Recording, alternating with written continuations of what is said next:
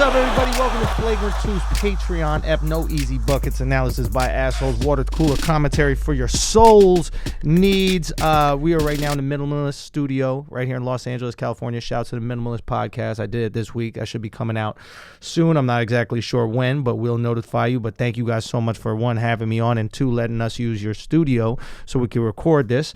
I am here with J. Cole's number one fan, Amin El Hassan. Okay? Amin, what? What are you doing? What is this intro, man? You're J. Cole's number one fan. I'm not a number one fan. I'll be honest. You were in that green room standing, bro. I'm not a fan, man. You were standing, these are bro. Family members, man. Oh, that's your family? Yeah, man. Let me ask you a question, right? Who? Ebe I don't know who that is. The president of Dreamville. Bro, I don't know anything about this. Okay, all right. Okay, but you might also know Amin from ESPN and The Jump and every, NBA sports show. And Andrew Schulz podcast. Schulz podcast, of course. Various platforms. Various platforms. You've been on all of them, Brilliant Idiots, Flagrant 2, etc. Amin, I saw backstage at the Dreamville concert, right? Yep. Now, is there a green room that your wife would be happier than the Dreamville concert? This is all family members, so I've never seen more dudes in a green room. Most of them are artists. That's the problem. Like this is like the faithful male community green room. So like, they had a concert. For those who don't know, the waiter was a dude. The bottle guy was a dude. There was a dude serving drinks. It was dudes everywhere. So to explain to people, you saw the All-Star game, halftime. Cole performed, and they had like these hundreds of kids literally in the middle. I thought that was dope. I love that. And so all those kids, they didn't have tickets to the game. They bust them in. Right. They came in, they're super fans. Right. And then they literally bust them straight to the. I told you that those were his fans. They bust them straight to the venue, right? And so, at the venue they had. I've never seen it before. It's like the Avengers Dreamville concert, where every single artist that they had was on stage and they're performing at the same time. They didn't even have a set list. They would literally just look at the DJ. Night Train, just play it. Oh, I know that. And because two of those motherfuckers forgot their own lyrics. Well, it's a long night. Come on, it's a long night, man. It's a long night.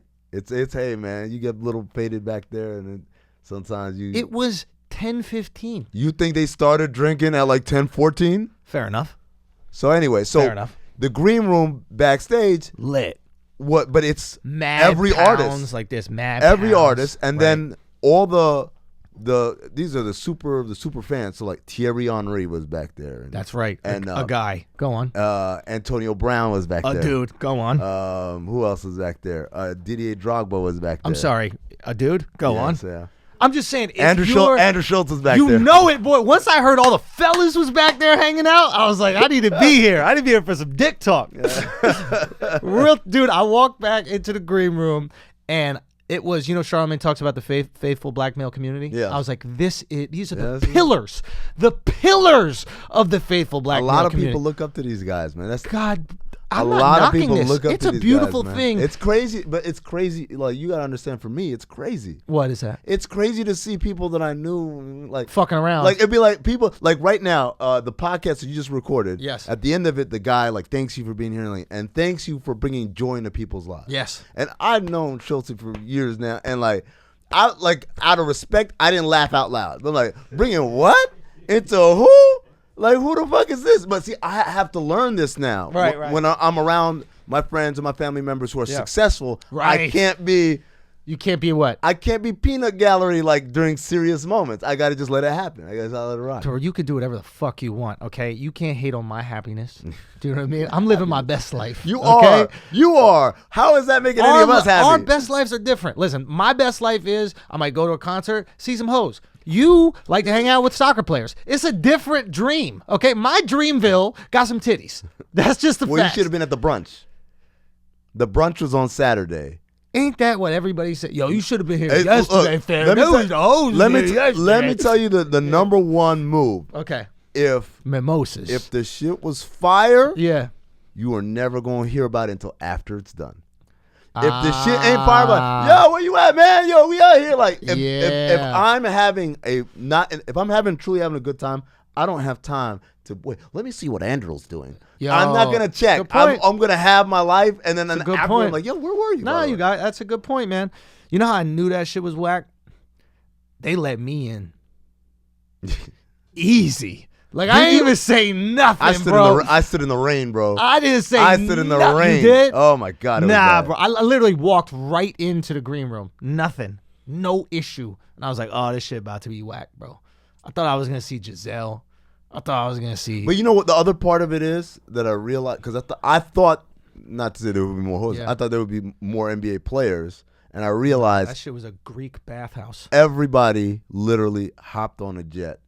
And like Kyrie and KD went to Miami. Son, can we acknowledge everybody went somewhere? So just to put things in perspective, you guys are not, you don't know who Amin is. Amin has worked in the front office of NBA team, and he is an NBA analyst for ESPN. So allegedly, he knows a lot of shit about the NBA. He's also on his phone texting right now, and about to chuck his fucking phone out. Look, I'm hosting the show today, and like they're telling me about stuff that. Don't worry about that. What are they going to tell you about? How the rim is 10 feet. No, man. The rim is 10 feet. The ball is round. I got to do a monologue, man. What are you going to say? I'm talking about... The basketball went in. It didn't go in. It's not the monologue. It's not that hard, okay? Stop acting like your job is that hard. Okay, funny man. Okay? This is hard. This funny, is hard. You have no expectation when you go up. Literally, no matter what you say, the reaction is fine. When I go up, they have to laugh. I've told Schulz this before. I respect the hell out of what you do for a living because it is probably the only profession where you walk in a room and people are sitting there with their arms crossed, like,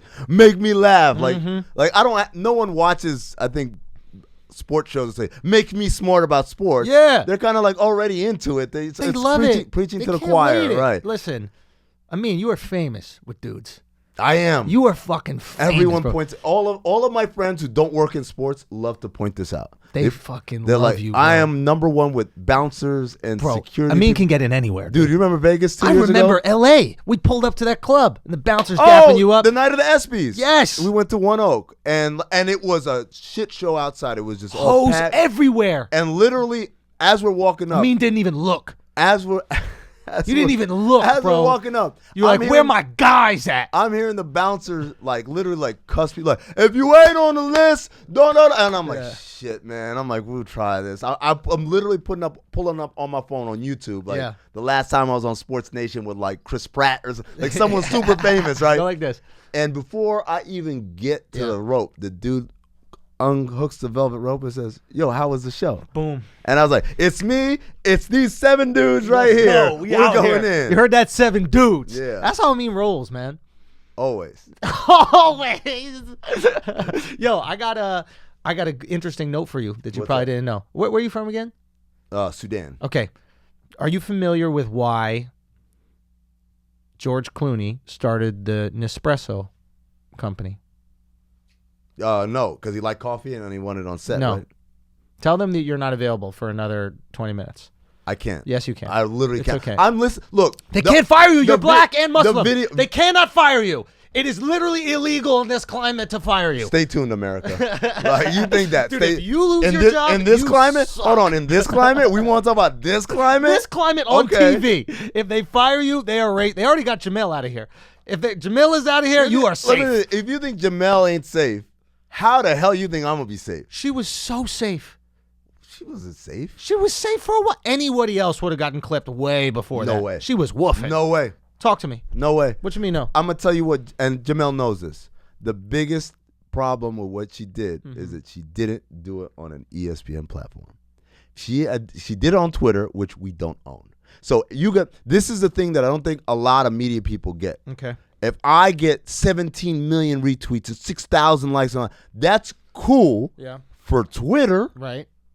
How does that help us? How does that drive eyeballs either to our content, either on the site or on TV or radio, whatever? Rising tide lifts all boats. If you are famous in a place, people go see you. That's exactly how this industry works. You're crazy to think otherwise. What is the first thing they ask you in this industry? They go, how many followers do you have? How many people engage in your content? They don't Why know. do they but ask they don't that? because they don't For know. your tweets? They don't know. No, don't know what? They don't know. Why do you have famous people be guest spots on ESPN? So people watch. No. But they literally don't know the direct tie-in between social media engagement and actual ratings and things on the They're completely linear. incompetent. I'm not saying that they're not incompetent. That's my point. No. But these are two different things you're arguing. You're arguing executive competence. Yes. Right? And you're arguing whether you're basically conflicting your own argument. You're saying they don't know that it doesn't translate, but you're assuming that they think it does. So if they believe it does, then her tweeting that is just going to make more people watch The Six. But it didn't. Of course it didn't, but that's not your argument. Your argument is they believe they do. So therefore, if she's popping on Twitter, they believe it's going to translate to ESPN. The internet stays in the internet, and you know what it is? It's like races killing each other. They don't do it. You kill your own race, right? So when it's like white people kill white people, black people kill black people, Asians kill Asians, right? This took a turn. Son, that's just what it is with Twitter. It's like if you popping on Twitter, you popping on Twitter. Yes. Ain't nobody watching Jesus and Mary on Showtime. The crossover is... It don't crossover. Yeah. That's it. Everybody does their own shit. It can, but no, it doesn't. Overwhelming, not even at all. No. Why do you think Will Smith came to Instagram and Twitter? Man, is that why?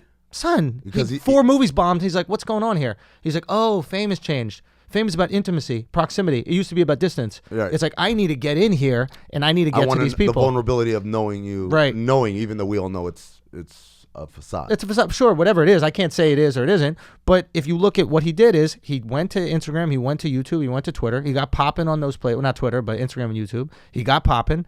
And then the next thing that he does is he releases a movie where? On Netflix. Which is also on the internet. The internet, yeah. You can take people from one place to the internet to the other place to the internet because it's already on this screen. A TV is a shitty phone. A horrible phone. A phone that I can't take anywhere, and I can't call nobody. Yeah. I can't take it anywhere. And I can't give it content. Nothing. Right? Like, it's a piece of shit. It's a rotary phone. That's what the TV has become, a rotary phone. That's funny. Eventually, it's a terrible phone. Eventually what's going to happen is this phone right here will connect to a projector. Right? Oh, they already do that. Of course, but what will happen is that projector, this phone will be able to do 2 things at one time. So it will be able to project an image on your wall, and that will be the movie you're watching. Right. And then you can still hold on to the phone and text. Multitask. By the way, they can, like, they can do it. It's just, it's not. It's like duct tape. We just got duct tape. Apple TV does it. Right. Boom. So it's like, but like for certain things, like if I want to watch YouTube on my phone, it has to be the only app on. But that's if you pay for YouTube, it doesn't. You know what I'm saying? Like they can do it. It just did they let you do it? We've had duct tape for 100 years or something like that. NASA invented that shit. I don't know how long NASA been around. Not even 100, but they didn't give us duct tape until they found the next shit. Okay, so let me tell you some shit on this level. See what I'm saying? So when I'm at Charlotte in All-Star Weekend, I go to this thing called a Tech Summit. They do it every All-Star Weekend. Tech Summit. I wonder who was there. Dudes. Damn lots right. and lots of dudes. Bro, you so fucking faithful, as son. Far, You're a husband, bro. As far as the eye can see. You're a real husband, bro. As far as the eye can see. Anyways, what they had there, it's all off the record. You can't repeat anything. But they'll release stuff that happened. Sure. And so Adam Silver comes on stage, and there's a Steph Curry number 30 All-Star jersey. Yeah, we saw this, the jersey. Right. Yeah. And he presses a button on his iPad, and the 30 turns to 23, and the name changed from Curry to Jordan. Yeah. It's not a picture. It's not an image. It is an actual jersey. Yeah, digital fabric. They have this technology. Of course. And so there were 2 things that it terrified me because it's one, this is what they felt comfortable showing us. So they already got the next shit. Like, what is the thing, or not even the next shit, just some different high-tech shit. No, it's the next shit. We only get the fuck shit. This is hand-me-downs. That's what I'm saying. Yeah. But, like, not just think outside of the realm of, the next digital jersey, whatever. I'm just saying, technology-wise, what are they coming up with that they didn't feel comfortable sharing with us? And then 2, this is the technology stuff that they felt comfortable giving to the fucking basketball people who throw a hoop through a ball through a hoop. Mm-hmm. What do they got? The Pentagon. Oh. Like they have Iron Man. Iron Man is real. I've been real. No, I'm not talking about the regular Iron Man. You want to know suit. crazier? I'm talking about the one where like it flies on him and then it like materializes. Oh yeah, without a doubt. 100%. Like they gotta have that. That's easy. Like it's just crazy, son. Man. We've had that for a long. The snap bracelet, like that's easy to get some shit to go on your body, son. That's nothing.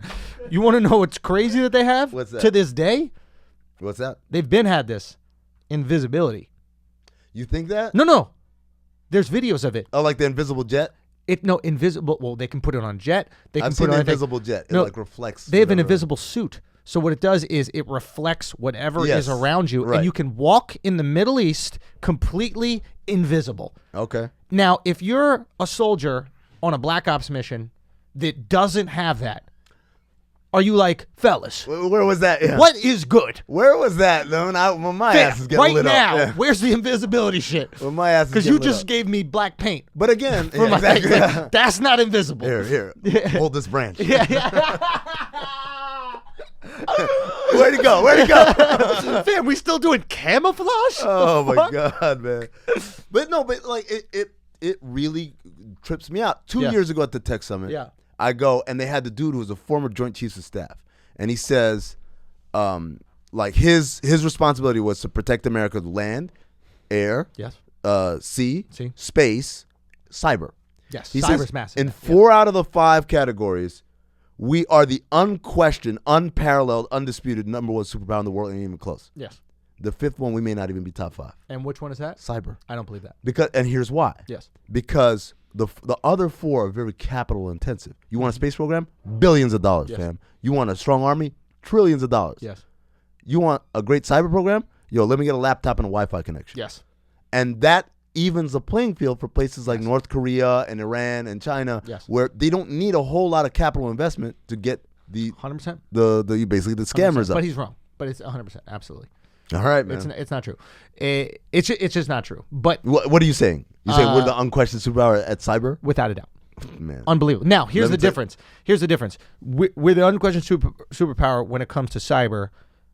The only difference is it is easier to get closer to us. Like when it comes to jets, right? We have jets that just literally go faster than everyone else's jets. You're talking about the margin. The margin of victory is smaller. I'm telling you, in that 5th one, there is no margin of victory. Like I disagree. We are trailing in the game. I disagree, and I have people that I've spoken to that work for these types of companies and that kind of stuff. Of course, man. Why wouldn't they that's like me saying, "Oh, America's the best country at basketball." Of course, I'm gonna say that shit all the time. But we are. We're gonna hype up. But are we the best? But we lose though. To whom? We lost to freaking Greece. We lost to Argentina. When? Like 10 years ago. When it didn't care? When we were like, dude. Hey, man, we had NBA players out there. We had Coach K out there. LeBron was out there. It wasn't real. It wasn't like real. We're trying. Do you know what I mean? It's like if you really want to make a girl come, you're going to put effort into trying, right? Do you think make a girl come? Yes. Oh, you don't know what that is? Yeah. I'm sorry. Oh, it's a callback, asshole. Bro, you're Sudanese, bro. You're supposed to be. I don't know about this. You know what I mean? He's a comedy guy. He doesn't get the callback. I didn't know. I thought, Dreamville dudes coming. I'm not sure. The point is this. You have a situation where you know that for a fact if they wanted to turn it on, they could have turned it on. And they didn't. And they took these other teams lightly and they got bounced out. Simple as that. I don't think that is, maybe that's not an appropriate analogy for what I'm talking about, but all right. By the way, shout out to Kaz. Why would happen? Apparently he came up with a nickname for Mitchell Robinson. Which is? The Block Ness Monster. Oh, that's dope. Yo, I yesterday I tried to squeeze it in, but it was did it work or no? No, we were going too fast because one of those. Oh, and he had 5 blocks, and Tracy started talking, and then I'm like, let me jump in there, and then moving on, damn. As a Scot, I love that. What's up? As a Scot, my family's Scottish. Are you? Yeah, my mom was born and raised in Scotland. So Schulz? Cameron. In America, you take your father's name. Okay. Yeah.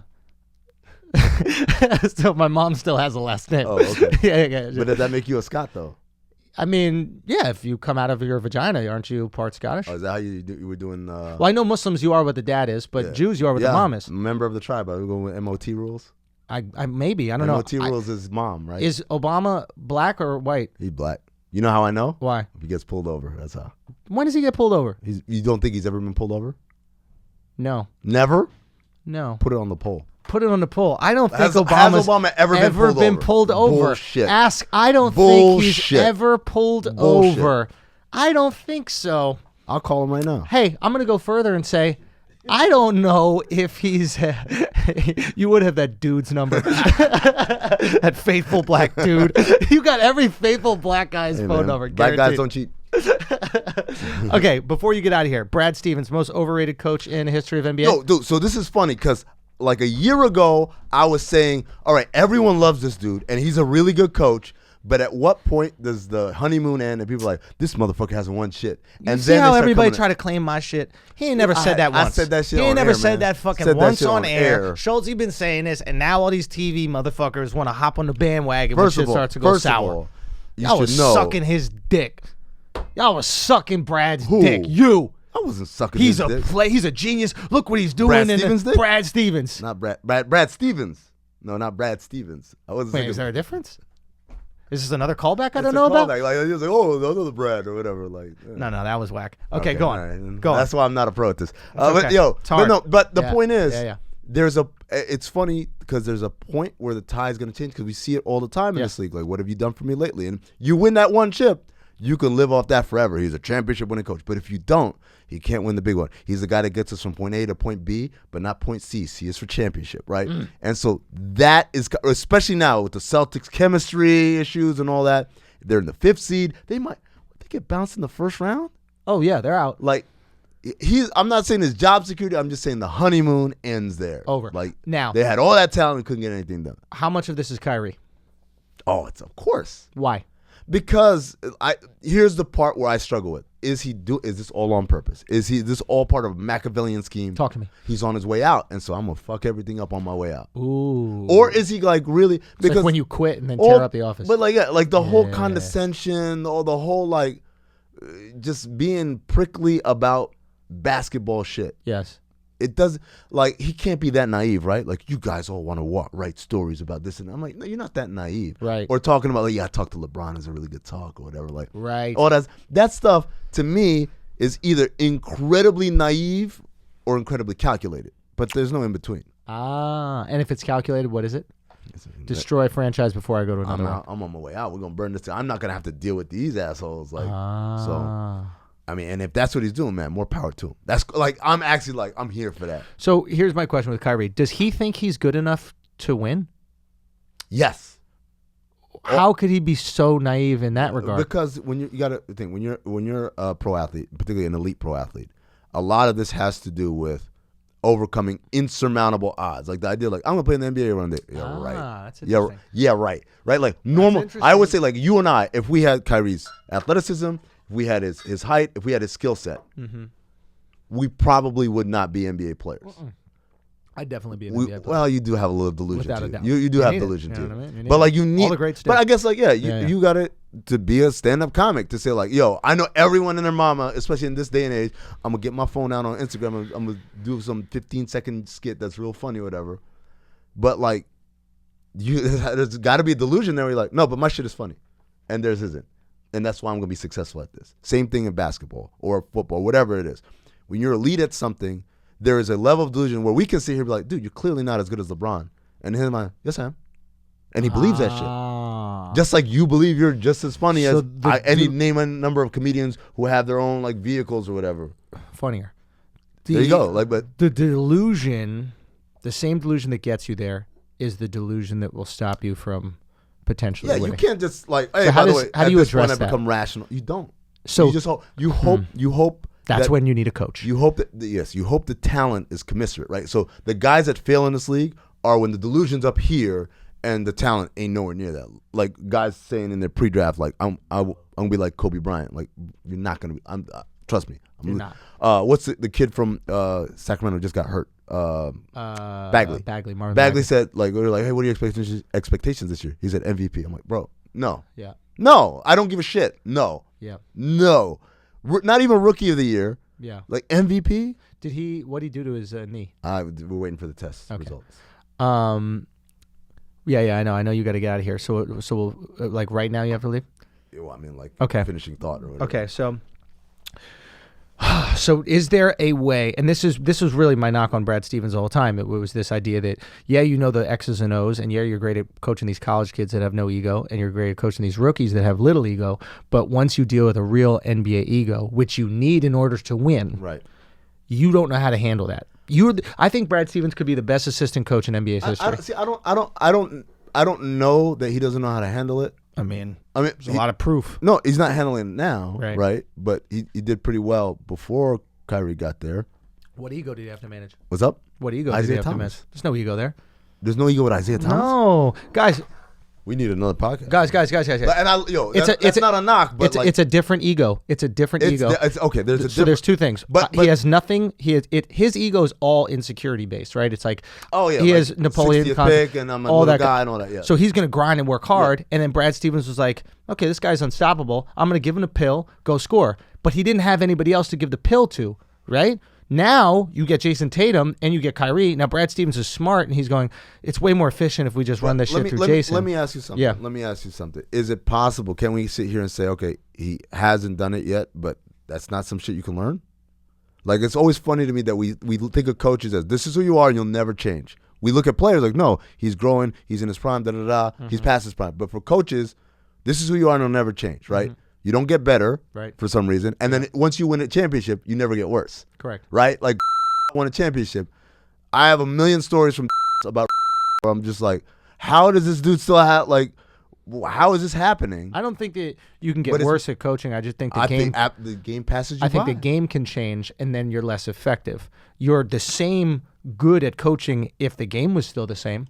Right, but the game isn't. The game changes, and therefore you're a less valuable coach, and that's up to the management to go. Okay, we need to get him out. But you see what I'm saying? Like, yes.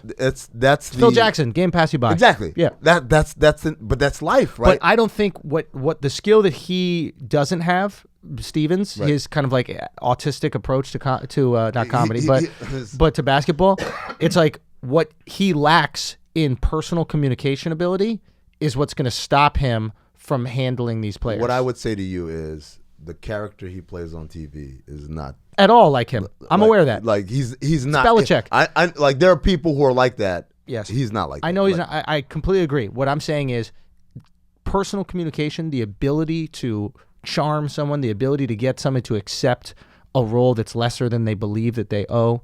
These types of abilities are things that get ingrained in you as a child, as an adolescent, as a teen, and as a young adult. They do not get learned at 40. Let me ask you a question. Yes. On my way out here. If your Uber driver picks you up and he's silent, doesn't bother you, has a charger, everything is cool. 5 stars. But he smells fucking terrible. 4 stars. It's part of the game. Right? Like, you got to, right? You got to do it. Like, on my way here, my man was everything I want in an Uber driver other than, like, his body odor was just ridiculous. Yeah.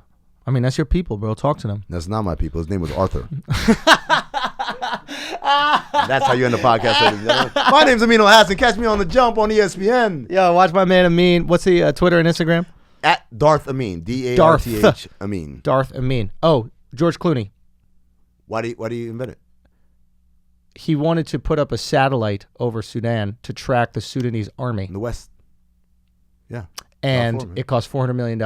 So he's like, we need to make a business that can raise that kind of capital. So $400 million, so that we can put that satellite up in the sky. And all it does, this satellite, is tracks them and then notifies these different communities, says, hey, they're coming. Shout out to Kloontang.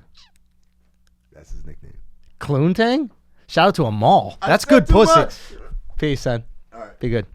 That was Amin Al-Hassan, everybody. Thank you so much for being part of it. As we continue this Patreon episode, this brilliant Patreon episode, there's a couple things I want to tell to all you loyal patrons, the asshole army out here growing. Thank you, everybody that has emailed Devon and emailed info.flagrant2@gmail.com offering your services. There's a couple things that I want to express. Number one, what we're going to do is we're going to build out a message board. And my goal for this message board is the following. There's going to be a place where everybody can post their skills. Okay? So I don't care if it's graphic design, you're a photographer, you're a videographer, you're an editor, you're a director, you're a painter, you do drywall, you do architecture, you drive Uber. It doesn't matter what your skills. Even if you feel like you have no skills, but you just want to be an asset to somebody else, you can, sweat equity can be your skill. Hey, you need me to go get coffees and shit for somebody on set? I got that shit.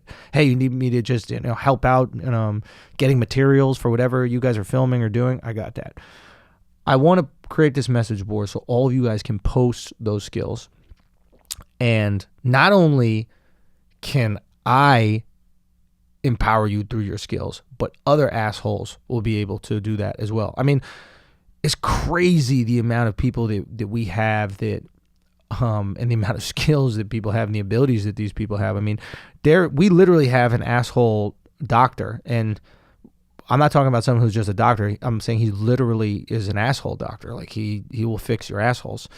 And he reached out and he was like, yeah, man, if you guys need any medical advice or that type of stuff, like if you guys have anything wrong with your asshole, you got to hit up my man.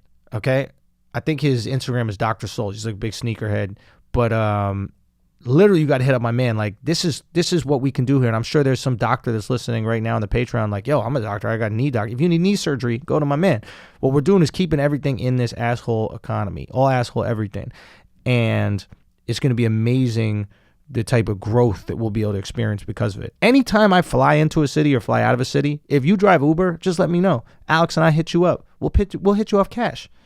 You know what I mean? Why am I paying some random... Say it again? I can't do that. What do you mean? You know, Alex is snitching on you already. The point is, like, we'll give you... if I'm going to already pay that $60 or $65 or whatever it is to get from JFK to my crib, I might as well give it to you. You know what I mean? And now you got Uber not taking the 30%, right?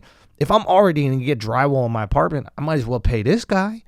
If I'm already going to do these things, obviously we got to make it happen. You know, it's been amazing that people reaching out. Shit, we were about to go surfing in San Diego. I just posted on the gram, and some dude was like, yo, I got you. My boy got to surfing. You know, hook up. You know, we weren't able to do it because we ran out of time. But point is, that's got to be how the community affects itself, and that's got to be where we go with it. And again, if you have anything that you want to offer, info flagrant2@gmail.com. And just tell us what type of, you know, skills you'd like to help and provide to the Flagrant Media Group. I mean, it's crazy what that's going to become. I mean, talking to my guys, like, we're going to set up a whole structure there. It's going to be nuts outside of just advertising for the different types of products we have. You know, as we bring on other shows, creating, you know, advertising verticals for them. And man, I'm so fucking stoked about that. That shit is going to be the game changer, because we'll be able to start a corporation with hundreds of employees with a snap of a finger. It usually takes years to build a corporation to that level, but we're going to start it with a snap. Whenever we're ready to go, we just fucking go. And the sharks go out there to hunt. And it's going to be very exciting to see what this becomes. But I'm just so fucking excited. I've been out here in California doing all these podcasts, man. You can listen to the episodes. I did The Fighter and the Kid. Shout out to Brendan and Brian. They also let us use the studio for that Syfe interview. I hope y'all like the Syfe interview. I did Theo Vaughn's podcast, man. You guys could check that out. I did the Minimalist podcast. That's the place where I'm at right now. And go check out all the podcasts. I did a buddy of mine, Andrew Santino's podcast, but all the audio got lost, which is a bummer, because that was all the audio got lost from now on. But it was okay because it's okay because the conversation was so dope that, like, if it was released and y'all got to listen to it, that would be icing on the cake. But I just really enjoyed the conversation. It was one of those things I was like nourished by the conversation. Yeah, nah, dude, it was just so, not exactly losing the audio. I thought you were talking about the nourishing conversation. Yeah. I asked Alex to record all the audio from our shows in San Diego, right? And just last night, as he's doing the dropping in episode for San Diego, he's like, so here's the thing. I got the audio from one of them. I was like, okay, Al, this is good. You got 25% of the audio. How about I pay you 25% of the week? No, it is the venue. The venue fucked up, man. The venue had no clue how to handle the technology, what we were trying to do. We had a Syfe come bring all the DJ equipment. You know, some of you guys were at the show, and the venue couldn't handle the fucking audio. The audio levels are all going crazy. I mean, it was an insane thing that we eventually, figured out and worked out. But going around doing these podcasts has been it's been fucking dope, man. It's been really fucking dope. There's something amazing happening in the comedy scene here in Los Angeles. And the conventional wisdom with comedy in just our world was always that the comedy scene in LA sucked and it was fake, and the comedy scene in New York was real. And that's where the real funny guys were. And if you just came out to LA, you did it because you wanted to be famous, but if you came into New York, you did because you really want to be a comic, right? And the reason I realize now was because the industry ran the comedy scene in LA back in the day. And when the industry runs something, it's not authentic because the people involved in it are trying to do whatever they can to get picked up by the industry. So they're not doing their comedy, right? And the idea was in New York, there wasn't that much industry, so you're just doing whatever comedy you want to do. So you get this real authentic thing. And then Joe Rogan, Bert Kreischer, Tom Segura, Theo Vaughn, Brian Callen, Brendan Schaub, all these guys, their podcasts started exploding out here. And they all started, Chris D'Elia, all these guys started like intermingling within each other and helping each other out and doing each other's podcasts and really growing each other's podcasts organically. It wasn't like a forced thing. It wasn't like that Instagram comedy skit thing where it's like, hey, you do my skit, I'll do your skit, and then we'll share followers. Like, it was just like, yo, we're all homies. We came up doing stand-up together. Let's do this podcast thing. And every day they would, on their podcast, they'd talk about how they're doing comedy shows at the Comedy Store. Now, when I came out here a few years back, the Comedy Store was in the doldrums of comedy. It was as low as it gets, man. It was fucking depressing. It was decrepit. It just felt horrible. The vibe was like bad. Like, I didn't want to perform there. I did shows there and I was like, the vibe here is bad, man. Something's off. This is where comedy goes to die. And the comics kept on talking about doing shows at the store. And this is an iconic comedy club. They kept on talking about doing shows at the store, doing shows at the store, doing shows at the store. And all of a sudden, the store has this revival. And the comics propped it up. And it's completely authentic because the comics started making all their own money themselves. They started doing really what we're doing. So the comedy that they were doing was authentic because it wasn't so that they could get a showcase for Comedy Central or a showcase for Netflix or anything. It was just, hey, if I get that, that's cool, but I'm already making more than enough money myself. I don't need more. I mean, it'd be cool if I got it. But I got fans, I'm selling out shows, I'm fucking killing it. So I can do the comedy I want to do. And then this shift happened where the comedy scene in LA went from inauthentic because it was industry driven to wildly authentic because it was comic driven, right? The industry was secondary. And then the store exploded and it became the place to be because every single day Joe Rogan's talking about it, millions of people are hearing it, and now these shows are packed. And I saw this shift, and that's why part of the reason why I came out here and I want to finish the tour here is because there's this energy that's happening here that's really fucking exciting, and it's like bubbling and you could feel it, and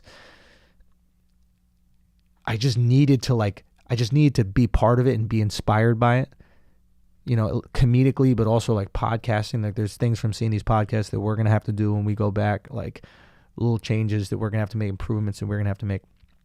But I just need to feel the energy of what's going out here. And it's a real dope, authentic energy. They're whooping our ass over on the East Coast.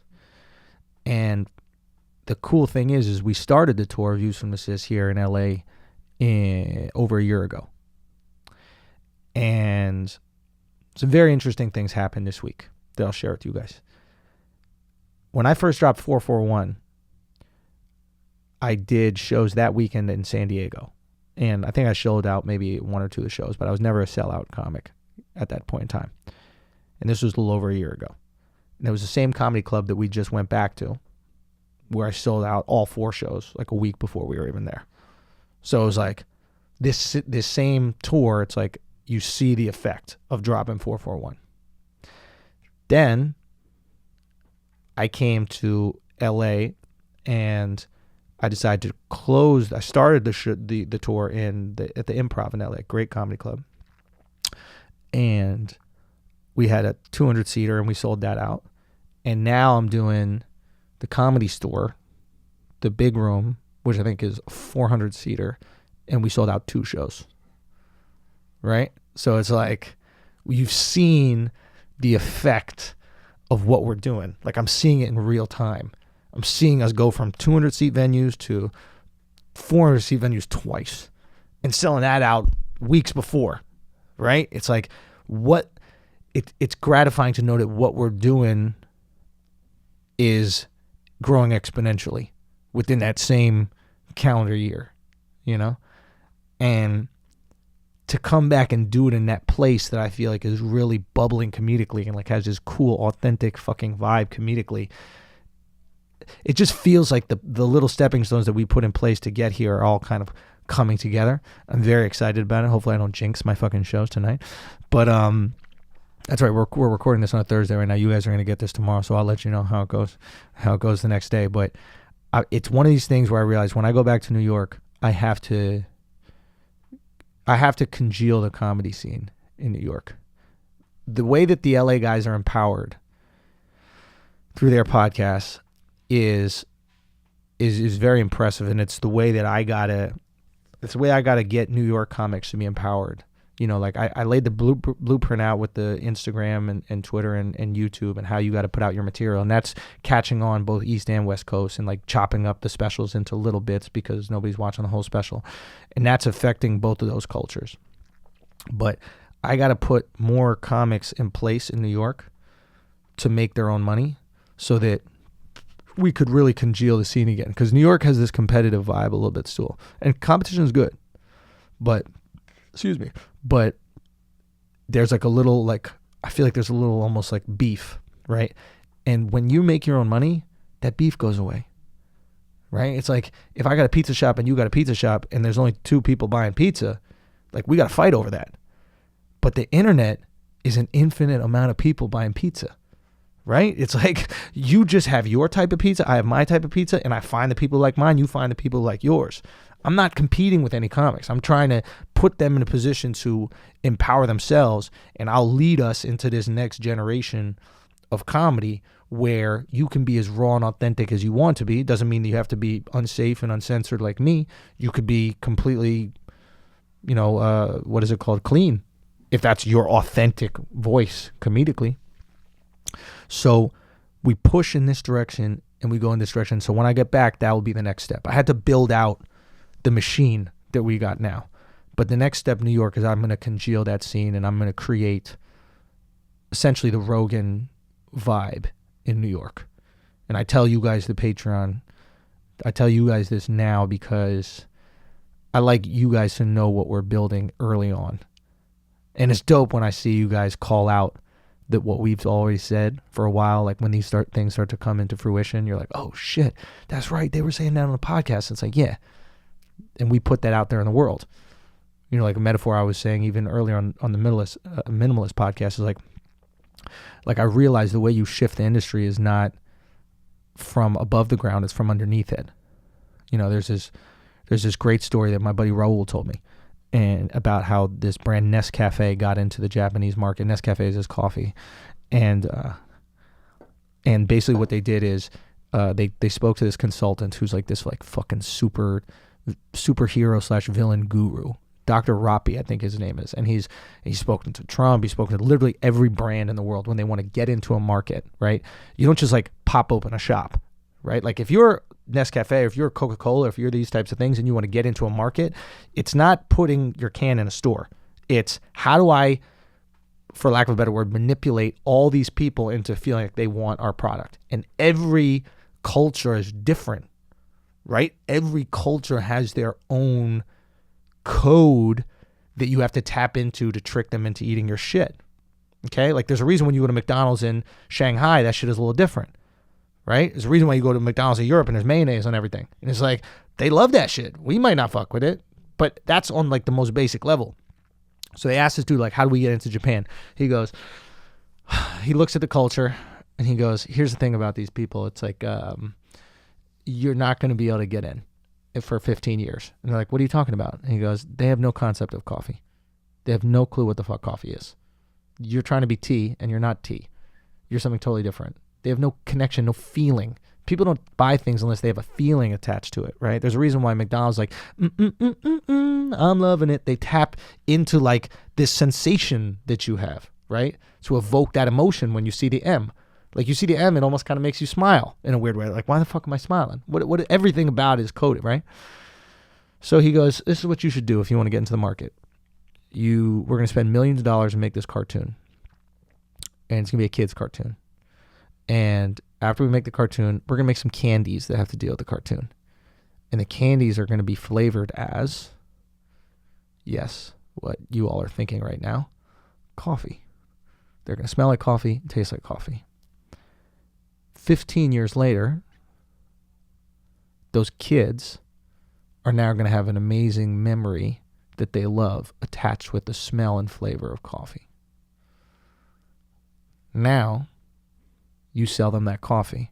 Go to Japan right now. If you even Google coffee Japan right now, these people drink it like savages.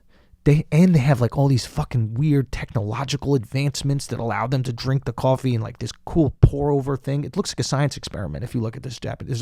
There's literally beakers and like it's like a Bunsen burner. Remember in high school when you had that shit? That's how they're making their coffee. They're so into fucking coffee. They love it. And it's because they got underneath it. What so often happens with industry and business is, right? It's like, I was saying on this last podcast, is like industry is a sailboat, right? It can only go where the wind is blowing, okay? So if the wind is blowing towards, safe comedy, that's where the sailboat goes. If the industry is blowing towards tea, that's where the people go and the industry goes, right? In order to introduce a new idea for the industry or people to get on board with, you have to grow it into them. You have to come from underneath, right? There's a reason why the motor for a boat goes under the water. It's not above the water. It's underneath it. So that means you fight the stream, you fight whatever the fuck you want. And the way that, to give you guys a little into this, how the sausage is made, like the way that I've had to shift the industry and shift comedy is go underneath it. I've realized if we put out these podcasts, we put out this content, I put out my clips, and I put out even 441, like you see the effect of 441 now. You see all these other people who have done comedy specials quite similar. I did a 15-minute special. Netflix is doing it. Comedy Central copied the show. The different Netflix comics that have done similar versions of it, right? It's like, it's not necessarily that they're copying it. Like Ray Romano didn't copy my special. He's not going, hey, I want to do that guy. But what we did is, and you guys are intimately involved in this because you shared that shit like crazy, is what we did is we made it okay. We planted the seed and we grew it. And once we grew it, we essentially changed the direction of the wind. So the industry before would be like, I'm not shooting a superstar's comedy special in a comedy club. That makes no sense. So I just got to be in a theater. But we made that acceptable by having millions of views. So the wind started going that direction. And all of a sudden, the industry was like, oh yeah, that's something that you can do. It's an acceptable form of content. So everything we do now is ground up. The new special right now, thank you guys for watching. When you guys watch this, you've already seen the intro, which I dropped last Sunday, and then a little surprise Beyonce drop. But next Sunday is going to be the first piece from it, the first official piece from it. And this special will shift comedy back to edgy, uncensored, and unfiltered. It will. It will be the thing that makes it acceptable. Right now, the industries are afraid, right? This will change the direction of the wind, and then they will follow suit, right? But right now, they're like, oh, you can't say those things because there could be backlash. I'll show that you can say them. And there might be backlash, there might not be, but I'll show you can say them in a way where there will be tons of people supporting it, so they'll be willing to take the risk.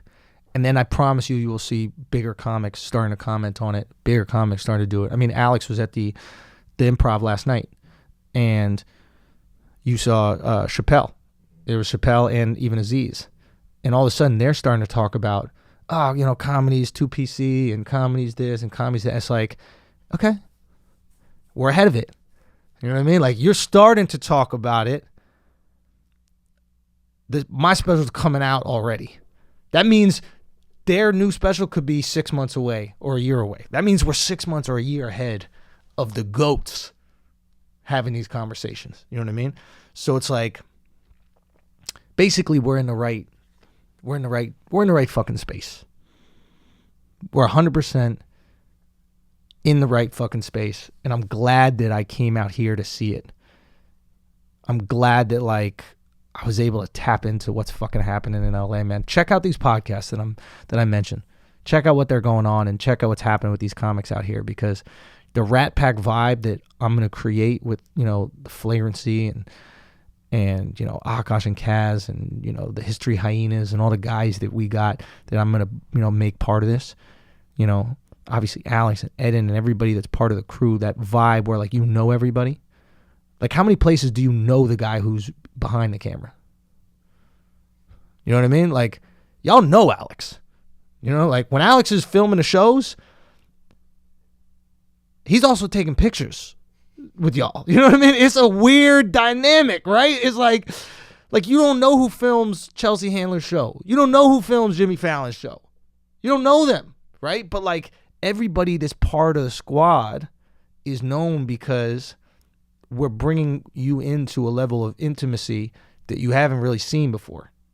You know, Howard Stern, you could argue maybe started it.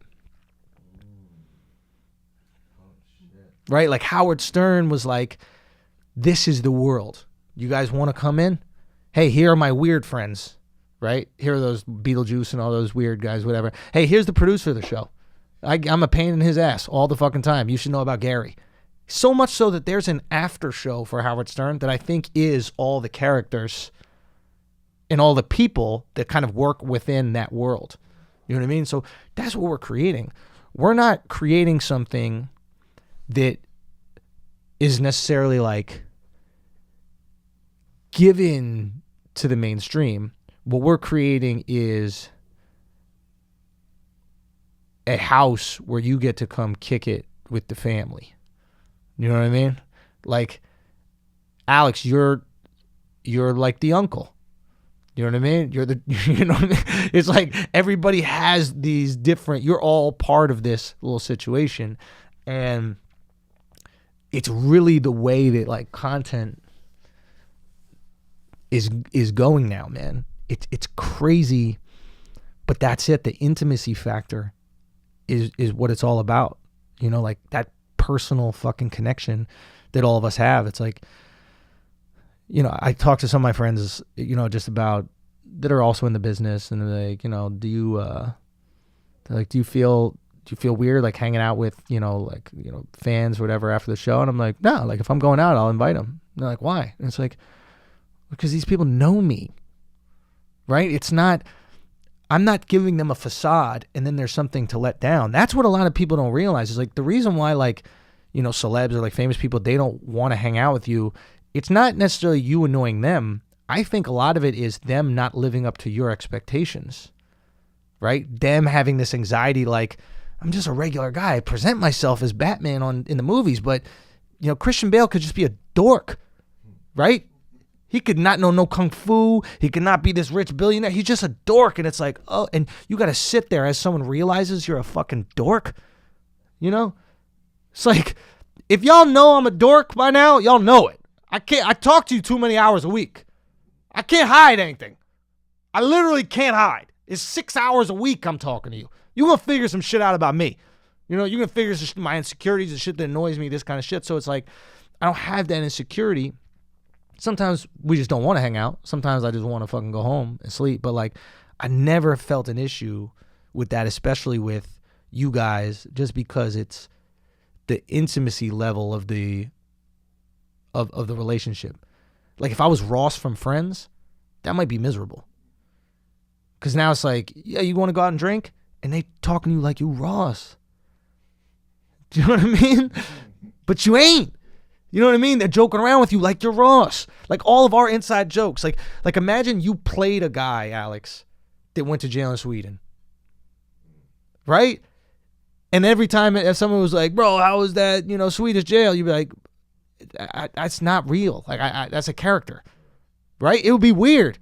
You start turning into like Andrew Dice Clay. It's like he played a character so long he just became it. Like how fucking weird is that? Like he doesn't talk like that.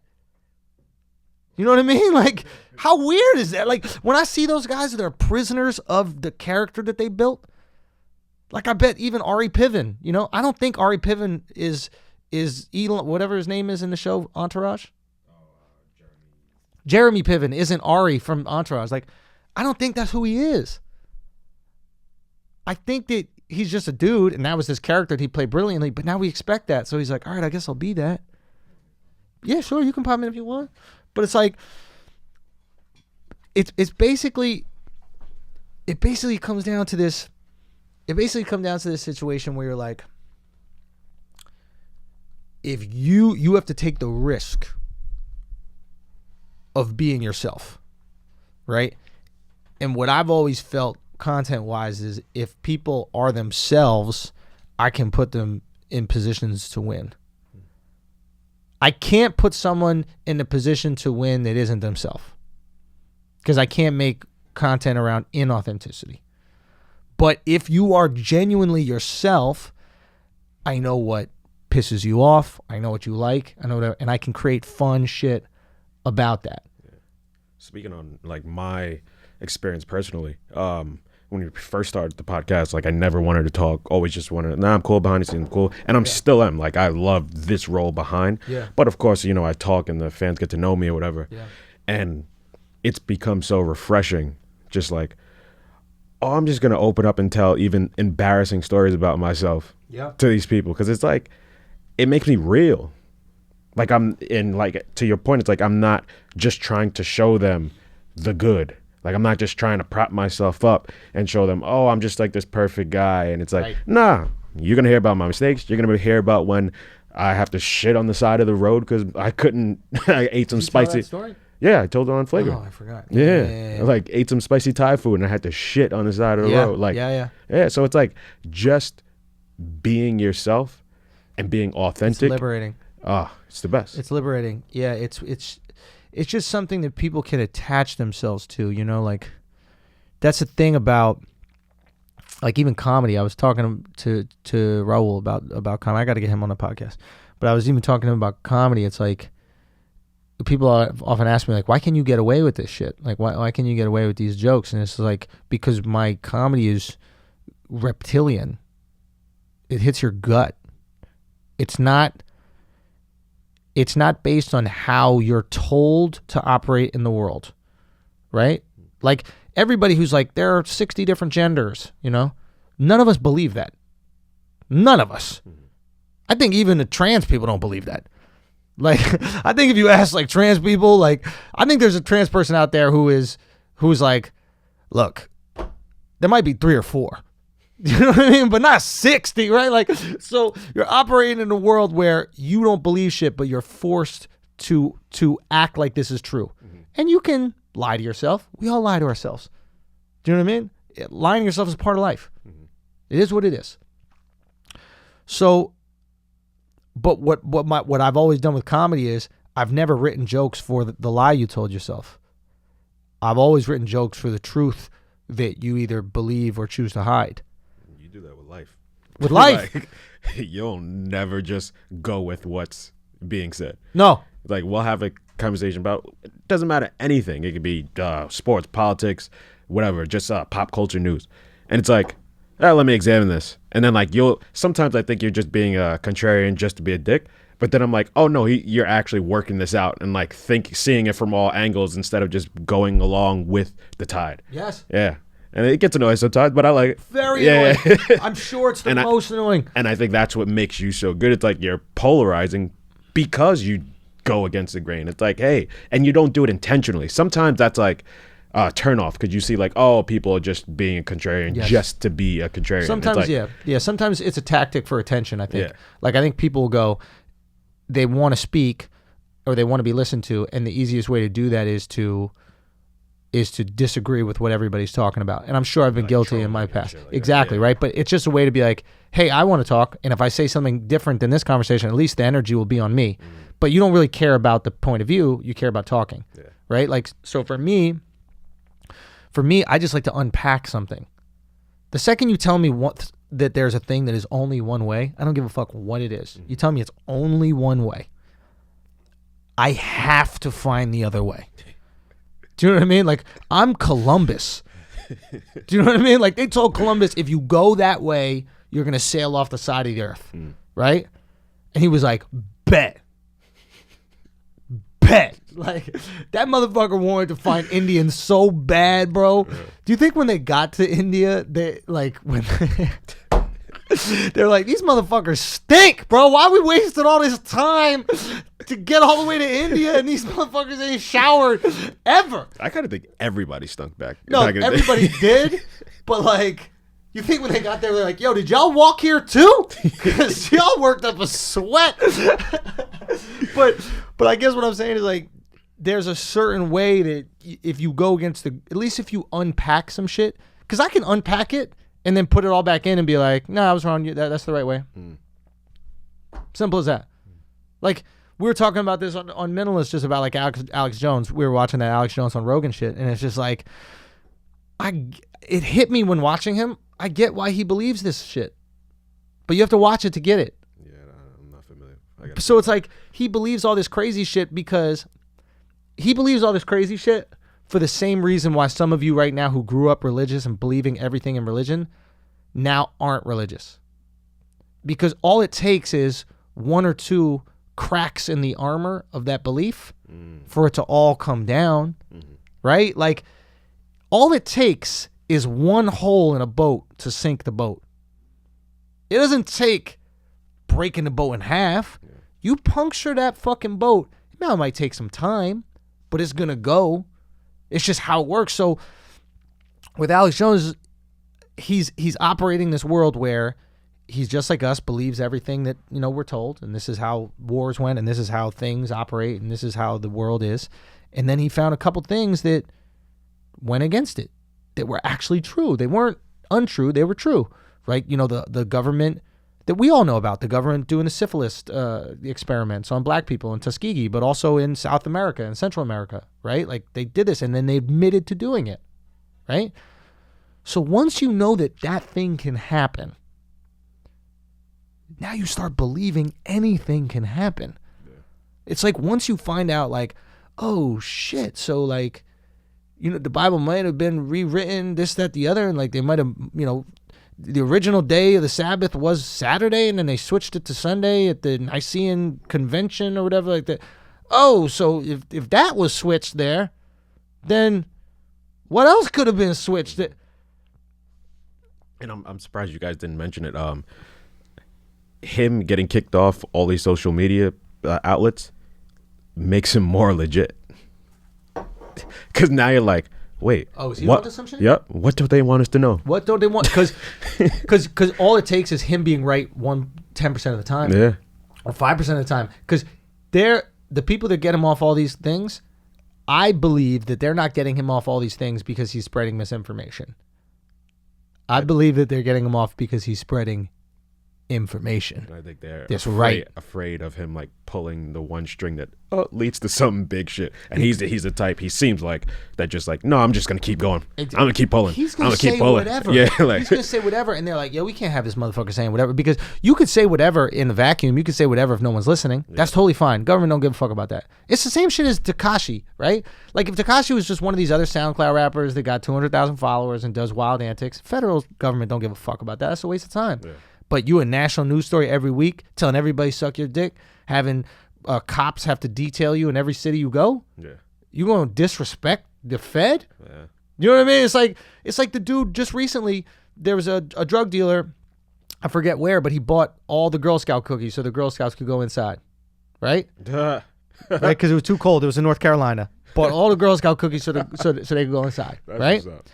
But nobody knew he was a drug dealer. So then he became a hero. The story started going, right? They looked into... Now, if you're a drug dealer and you don't think that the police, the local police, know who you are, you're fucking stupid. Mm-hmm. They know who you are. They're just not... It's not worth catching you with $20 a weed. They got to catch you on a big bust, right? But when you try to be Mr. Nice Guy, when you try to be the hero, now the Fed got to go... Oh, nah, now you're spitting in our face. We were letting you sell your little drugs. Yep. We're looking at the other big shit. But you just put on the coat at the boxing match. You Denzel Washington in American Gangster. You could have given him the $500, not taken a picture. But you wanted that shine. You know, you wanted that mink. You want, you know, now Denzel didn't. His girl did. Or maybe he did. We don't know. The character I'm talking about, American Gangster. But, like, it's the same thing. And Alex Jones was the same thing. He got too popular. If he was just this obscure internet channel, nobody would give a fuck. But once he's in Trump's ear, once he's in like people of power's ear, once people are retweeting his stories, he's saying frogs are gay. Who gives a fuck about that? Yeah, he's wrong. He's wrong about 90% of the shit. If he says one story where the Clintons killed somebody and that gets traction, you think the Clintons can have that out there? He says one story about Trump doing some fuck shit. You think they can have that out there? Quiet. I would not be surprised if Rogan gets backlash from the powers that be for having Jones on. And time will tell if that happens. I hope he does not. But he's self-sufficient where it's like, it's his own shit. That's what we thought about Jones. The only way they could take you, because this is what they did to Jones. You could have your own website, right? And you could do everything through your website. If they take away your Patreon, they could take away your YouTube, they could take away your Instagram, you could take everything. All you need is your own website, right? And you could post everything you want through the website, and you could post your bank account information so that people can buy shirts and buy all your stuff, and you can be self-sufficient, right? 5 of his 6 bank accounts dropped him. Oh, shit. If that 6th one goes, you've literally made a human obsolete in terms of providing for him in the way he's used to it. Wow, I didn't know that. So that's crazy. So banks can drop you? And he had, apparently he said, maybe he didn't, but apparently he had perfect credit. But what they labeled him as was a terrorist. Oh. So once you get a terrorist label, the banks are like, well, I can't do whatever. But how is he a terrorist? Now, he's maybe a intellectual terrorist in the way that he's... look up this guy. Like, but how do you get labeled a terrorist without killing anybody?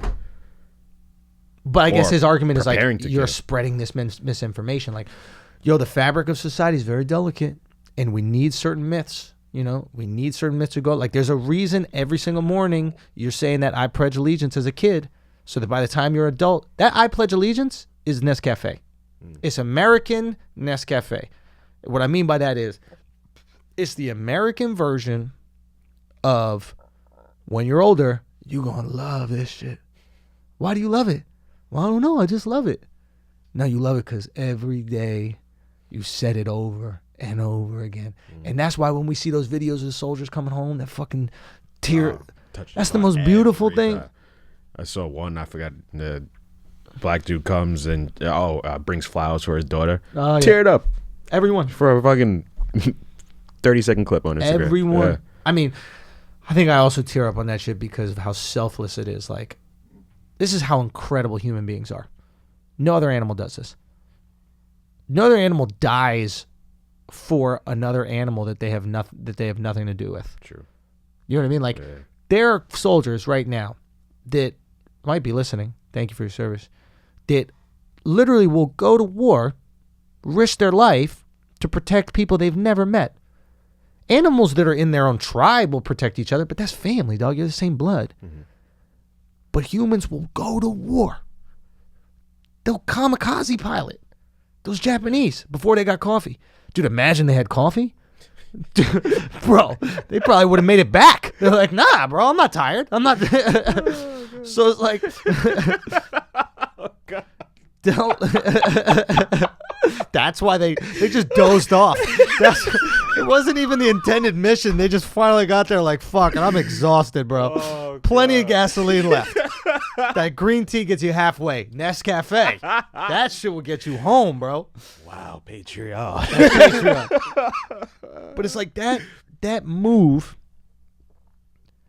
What were we talking about? Oh, yeah. Like the fact that you're willing to like literally die. Yeah, I respect the shit out of these motherfuckers. Son. You know I'm AWOL? Really? Yeah, I didn't tell you this. No, what is this? I joined what's called I think the reserves or something. The one that you just go like 1 week in a month or some shit like that. Dude, what have you not joined? I just try shit. You're a nurse. I like to try shit. So I joined that. Soldier, a cop, a felon. They sent me like upstate New York. It was almost like you go there, do drills, but it's like waiting to get shipped to boot camp. Yeah. 1 weekend, I was like, nah, this shit's corny. It just never went back. And then they started calling me a bunch of times, and I never picked up, and then they just forgot about me. I think it's like they call it 360-fying out. So if they don't hear from you in a year, they just like get out of here. Like, yeah. Oh my God, that's crazy. Air Force too. You can be a local Air Force. Mm-hmm. like you have to be specialized. So I graduated nursing school. So so you were going to be an RN yeah. in the Air Force. Yeah. That's it. Dude, that's wild. And they would like, I got a call and they left a message like, I just don't want to alarm you, but you are AWOL right now. Yo, I was petrified. I was Alex going back to jail, yo. I feel it, bro. I really do feel it, man. I like to try shit, man. Dude, you might be going back, man. Nah, I'm good. I checked and made sure everything's good. Certainly. Yeah, because I was able to apply for Secret Service, like my. Yes. Dude, wow, that's fucking nuts. But this is a crazy thing. Like, I think if I have another life, I think I'll join the forces. You know, at least do some time there. Like, see, but I love this life that I'm just like trying so much of everything. No. I mean, like, you're stuck there. So. I mean how like Israelis do it, where like you do a few years. Oh. Because I feel I think we all should. I think we all should do it. I really do. And if I was younger and I had the wisdom, what's that song like? If I knew what I knew now when I was younger. Yeah. But it's like, I think the thing about it is when you dedicate that time to risking your life for other people, you got a stake in the game. Back in the day when like the only people that could vote were landowners. It wasn't just white males. It was I think it was just male landowners or something. Maybe it was white male landowners. I'm not exactly sure, but that was the initial idea in the Constitution.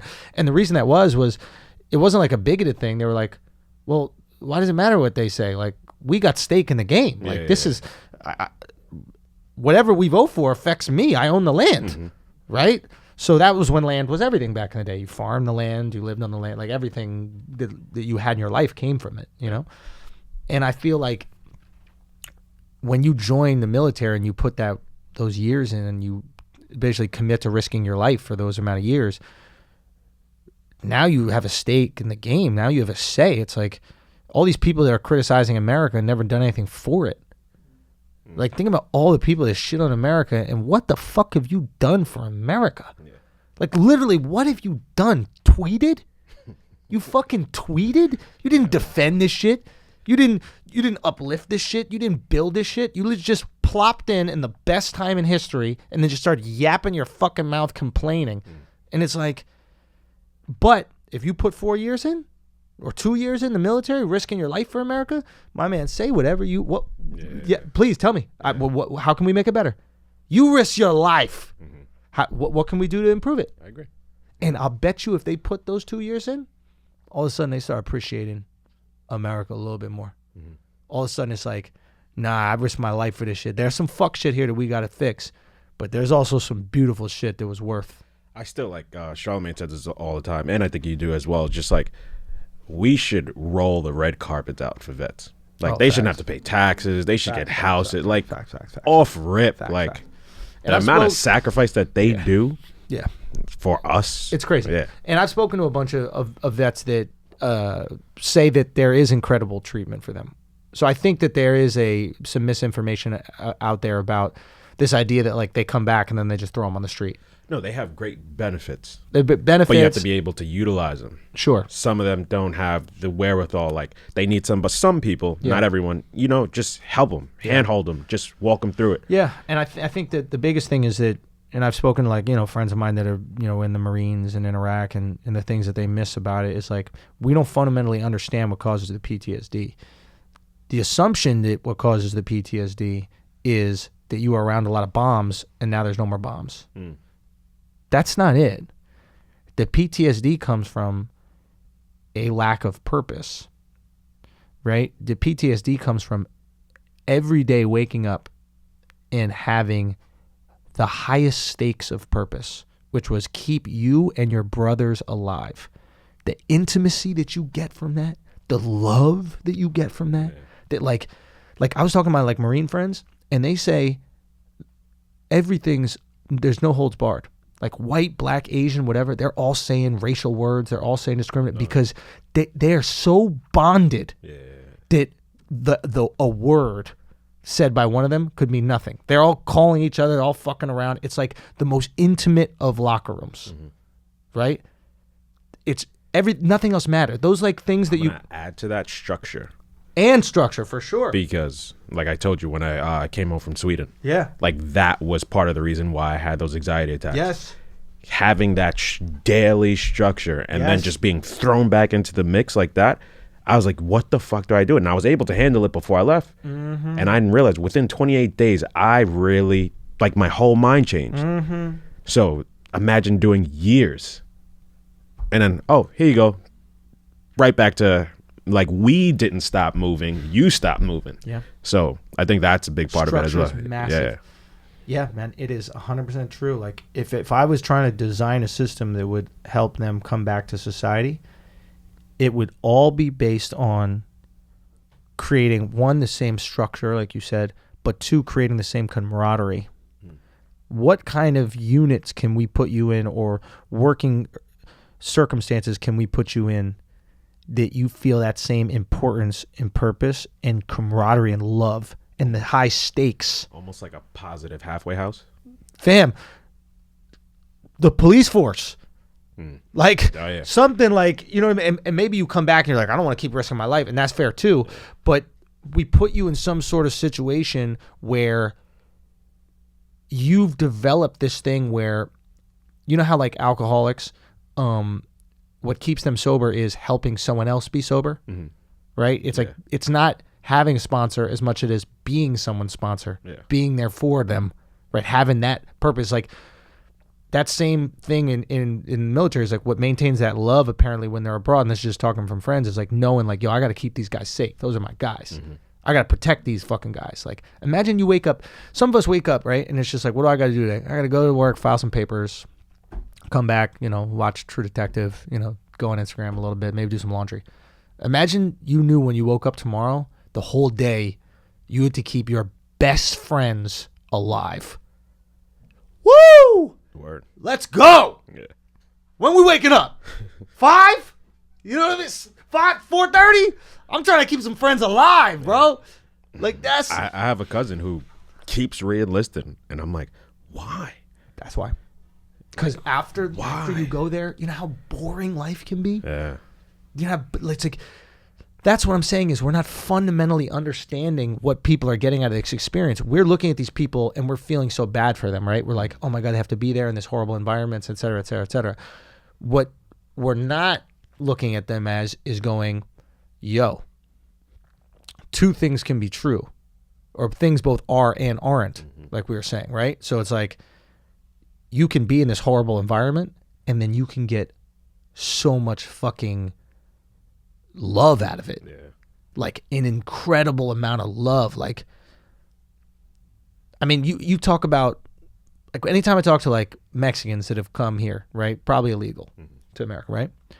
When I worked in restaurants, they were saying that they were coming out of some pretty fucked up situations, you know, maybe not a lot of money and, you know, not great environments, and coming here to make some money so they could send back and they could, you know. But the love that they had for Mexico never dissipated. That was the coolest thing to me. It was like, here are this environment that you had to flee from because it was fucked up and you just, it was bad and you didn't have opportunity and you couldn't take care of your family. But you love that place still. Right? Two things can be true. The thing that's hurting you can also be the thing that you fucking love. Yeah.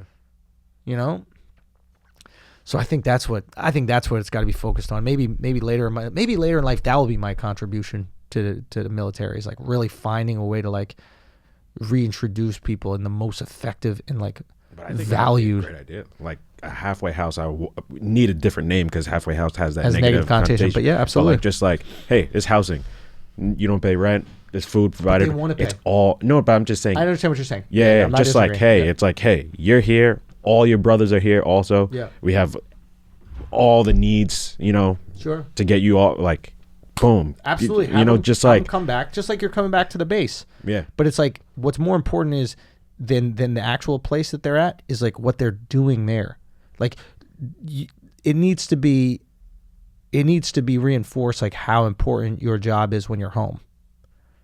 You can't just put them in boring ass fucking jobs and expect them to have the same level of like joy. It's like you just had the highest stakes in I don't life. think there's any job that has higher stakes. There isn't. So it's like they have to adjust then. Oh, there's going to be adjustment no matter Yeah. what. I'm just saying there's a bigger adjustment than going from that to like being like a guy that sells insurance. Right? Like going into work every day just don't have the same pull. But it's also about educating them and helping them realize what they love so much about the environment. Some of them might not even know. So then they come back and they're like, why am I miserable? What's going on? It's like, hey, this is what you loved about this place. Recreate that at home or find a way. Right. Damn, bro, we just solving all the fucking world's problems. I got meetings and shit like that. What time? We're about 1:19. 1:20? Yeah. That's it? Is that the time you got? No, I mean like how long we've been recording. 1:20? Yeah. All right, we do a few more minutes, and then we get out of here. I got to go run to some meeting. Matter of fact, I think I have a meeting at 12:30 that I'm going to be late to, but it is what it is. We could cut it and then just give them more next week. No. We'll do a few more. We'll do a few more because there's a couple more things we could absolutely discuss. I'm trying to think how I want to get into it. I really got to get Raul on the podcast. He had this great conversation. This great conversation about like in his mind the stages of life, and like he said, there's these different stages, and no one stage is better than the other. That's the other assumption that we have oftentimes with stages. It's like you think that they increase as it goes along, right? But no one is better than the other. Life is life, you know. I had to talk with him like I had with Duval. It was that eye opening, you know. And he was like, so there's the vegetable stage, which is the stage where you go to work, come home, you're not thinking about anything, you're just doing it. Go to work, come home, etc. And there's nothing wrong with that. There's beauty in that. And that gives you joy. That's a beautiful thing. There's the why stage where you're like, you start asking why, just about little shit. You're like, why do I have to open the door for somebody? Or, you know, why are eggs for breakfast? Why can't I have eggs for dinner? Like you just start asking why. What is the why? Why? And then you get into I think he calls it the triangle stage, but where you realize that things both are and aren't, not is or isn't. Right? Things are and aren't, not things is and isn't. It's weird, the conjugation of the verb, but basically the idea is, and we have been speaking about it earlier, is that good and bad can exist in the same place. And right and wrong can exist in the same place. And a lot of times my comedy operates in that field. Most of the times. All the times. Right? It's operating the field of, yeah, you all think this is this bad thing. Well, what if I rattle your brain a little bit and show you this? Right? Like what about this option right here? You know, like the MAGA hat is this awful oppressive thing. How could anybody wear it? And it's like, well, we wear Viking hats, right? That was the bit I think I even did on this show. And it was like, oh shit, that was pretty oppressive to women too. They just like rapes chicks, and then all of a sudden your brain's like, whoa. Now, not a lot of people like that. They don't like being rattled. Like, ask your parents some you gotta shit. Be ready for it. Exactly. Yeah. That is the stage that I think. That is the stage that a lot of creation and creativity happens, right? And there's one more stage after, which I'm not yet. And Duval was talking about it, and he even picked up. He's like, "You're not there. You're dabbling into this next one, but you're not there." And Raul was talking about it as well. There's this stage of like, when you're nothing, you're everything. Accepting nothingness is everything, right? And Duval kind of explained it like in this way, like that we're part of the earth, but we're no different than a tree or any of that kind of stuff. And basically, what he was trying to say is, we aren't anything special. We're just here like that tree is here. But just like that tree is part of everything, so are we. So dude, it's very hard to even wrap your head around, right? It like because I'm with you right no, there. you know what I'm saying? Like, it's just because it's such a crazy concept to accept that we're nothing. And some people, when they accept that they're nothing, they go the Jim Carrey route, which is like, I want to, you know, he's going crazy. He's trying to find his importance in the nothingness. But then there's people that accept nothing, and then they go to nirvana, right? Which is Indians, right? With Buddhism, it's like, I'm going to strip myself of everything. And that's how I prepare myself for the next world. That's my most peaceful. What is Buddhism? Buddhism, I don't want anything. I am nothing. And once I accept that I am nothing, I am actually everything. I'm a part of this big fucking thing. Sounds crazy. I can't even wrap my head around it. I'm giving you words. It's like I'm describing science that I don't even know, you know? But this stage right before it, I think, is a really awesome stage for creating. So you know a little bit more about Buddhism and monks. Like, do they feel emotions? Like, it's a great question. I don't know. I don't know. And would they feel guilty about the emotions? Yeah. No, maybe you're allowed to feel things. You're just not allowed to want to feel them. Whoa. And maybe when you don't, the idea is when you stop wanting, like Burning Man has a little bit about it, right? Like instead of wanting things, you give, and you get this immense joy from giving instead of looking to receive. Mm-hmm. How can I get more likes? Like, but at the same, it's still kind of receiving, because it's like you're giving to get joy for yourself. Right. So it's like, well, the joy is secondary. I think a lot of us don't even realize that until it happens. It's like unlocking but we know it's going to happen. No, you don't. Not until it happens. Yeah, but then the people who come back year and year again, that's fine. It's like unlocking a new superpower you didn't know you had. Like, does true altruism really exist? That's. I think your body is designed. I think your body rewards good behavior. Okay? So like when you work out, you feel good. When you get a good night's sleep, you feel good. When you help your friends, you feel good. When you look at your Instagram hoping that this video has a certain amount of likes and it doesn't, you feel good. I mean, bad.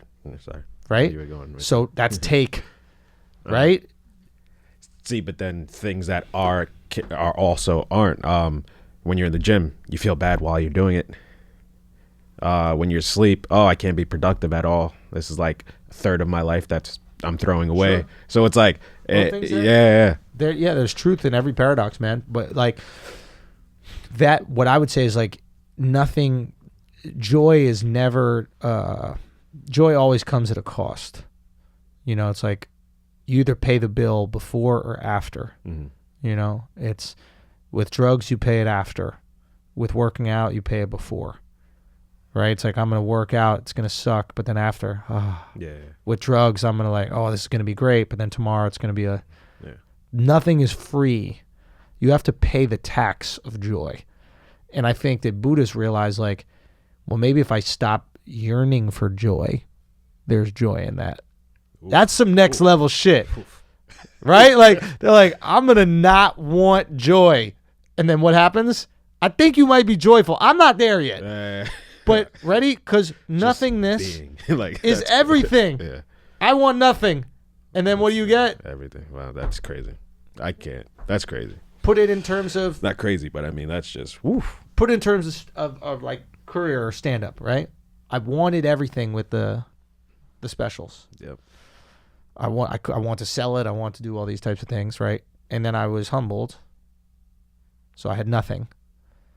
And from nothing, I ended up getting everything that I wanted. It's a crazy thing to think about, but you'll see these things existing. And I'm even confused explaining. If some of you guys are confused right now too, there's nothing wrong with that. We're all confused. It's like fingering a chick for the first time. It's like, I guess I'm doing this right. I don't know. First time, even after the So it's like, but there is something to, and I'll wrap this up right now, but there was something to, right where we were just saying, we were just saying before, what was it? Oh, it's like but there is something to, and I was speaking about this on Fighter and the Kid, and just about like why everything prepares you for the next thing. Right? Like every relationship prepares you for the next relationship, everything, right? And like I didn't realize, I'm just starting to realize now why I had to be humbled with the special. Like I filmed my own special and everybody said no. And I understood what I got from it, and I'm so grateful for what I got from it. But I'm just realizing now what it was really about. And what it was really about was like, in order to lead, you need to be prepared to lead, both like emotionally and intellectually, right? Because in order to lead, you have to take power. Power is not given. You have to literally forcefully like rip it out of somebody's hands. I have to rip that power out of someone's hands, or an industry's hands, or an entity's hands, right? But you have to take it. But that's the last thing you take. The second you have power, you just give and protect. A king that takes power afterwards protects his people. He gives back to his people. He empowers his people. He puts his people in the best possible situation to live the best life that they could possibly live. Where there's a war, he's the first person on the horse. We're talking about back in the day type of shit, you know? And then he has some bratty little fucking son who never learned how to take power, so he's just a snot, and he fucks the whole thing up, right? But I was at a stage in my life where I was still looking to be validated. Like I needed outside stuff to fill me up. Yeah. And I think when every network said no, it was the universe going like, hey, if you want to lead, you got to get used to 0. Can you be okay with 0? Get comfy at 0. Can you be okay with nothing? Because the risk in this shit, if you roll the fucking dice and crap out, you'll have nothing. Are you cool at the bottom? Are you comfortable at the bottom? And once I got comfortable with nothing, that's when you couldn't take anything away from me. And when you couldn't take anything away from me, that's when I was able to really create the shit I want to create. Because I wasn't operating in the fear matrix of, if I say this then, what's going to happen? But I wasn't there yet. And I think whatever the universe, whatever it is, was, you know, it taught, it basically, it's like, hey, you need this lesson before you go do some great shit. You're about to do some great shit, but you're not prepared to do that shit yet. You need to be in the prison where, you know, Batman was. You need to get used to the dark, you know? So anyway, thank y'all so much for being part of this, man. Go check out Views from the Sis. Check out the tour documentary we're doing with it as well. Keep supporting everything we do, man. If you're looking for Alex up in, you know, Buffalo or wherever the fuck you went AWOL from, he's in Los Angeles right now. Come get that motherfucker. Pull up with some Air Force medallions. There'll be a lot of less videos on YouTube. Yo, Patreons, man, keep it tight. Thank y'all so much for supporting what we do, Asshole Army. I can't wait to grow this shit out of the stratosphere, man. I'm very excited about it. Thanks for everything that y'all do. Share the shit. Get it out there in the world. Keep it tight. Peace.